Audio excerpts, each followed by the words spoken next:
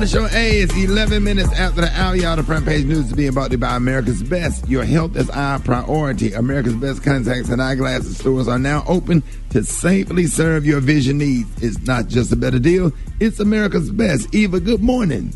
Good morning, Ricky. Good morning, everyone, and happy Friday. I'm Eva Marcille here with a look at your front page news. So the destruction from Hurricane Laura, which hit southwestern Louisiana, was not as bad as predicted, but still managed to kill at least 6 people and left hundreds of miles of devastation.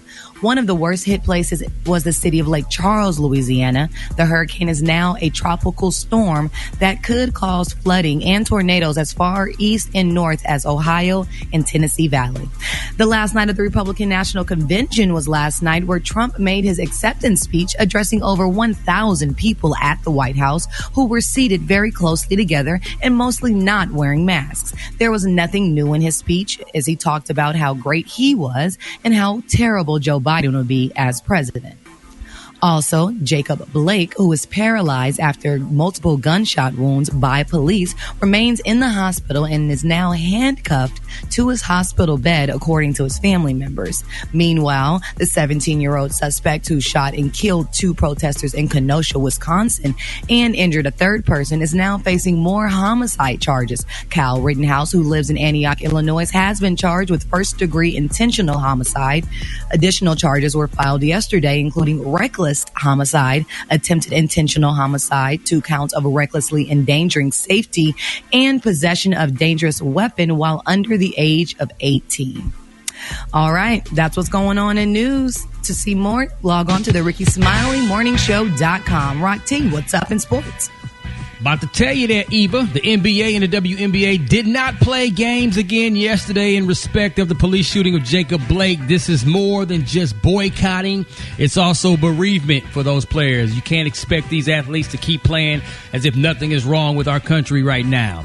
The NBA owners, players, they met to discuss what's next. Word is that Michael Jordan stepped in to offer his assistance to help bridge the gap on deciding whether to keep playing or not.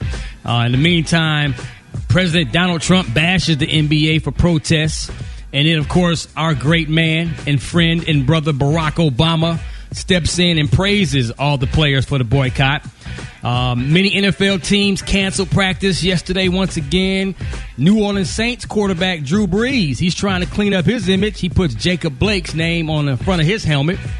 So we're going to see. It's Friday. We're going to see if this continues to go through the weekend. But it's a beautiful thing right now. So let's keep the positivity going. That's what I got for sports right now. Gary with the T, what's going on? Pimping? All right, y'all. People are still talking about this sad situation, y'all, with R. Kelly. Now, attorneys for R. Kelly are saying, y'all, that he was attacked in his Illinois jail cell, honey, by a fellow inmate. And they're saying they're calling for his release. Now, Doug Anton, an attorney for Kelly, told CNN that the singer's legal team had been advised by the U.S. Attorney's Office that the singer was on his bed, y'all, in his cell the other night at Chicago's Metropolitan Correctional Center when another inmate just came in and started punching him. Now, they're saying guards at the facility, y'all, immediately stopped the assault, but they're saying, according to Anton, they said that Kelly did not sustain any injuries and that x-rays did not reveal any fractures. Now, how they could beat you up in a jail cell? I thought they put rich people or famous people separate from the solitary confinement. Yes. He ain't that rich. Well, I mean, I guess not then. I don't know, but I mean, and you have other people in your cells and they just come beat you up because they feel like it. I mean, that's crazy. Yeah, it depends on, like you said, what part of the jail you're in. So if you're in general population, then folks can get to you. And really? Look what he's accused of.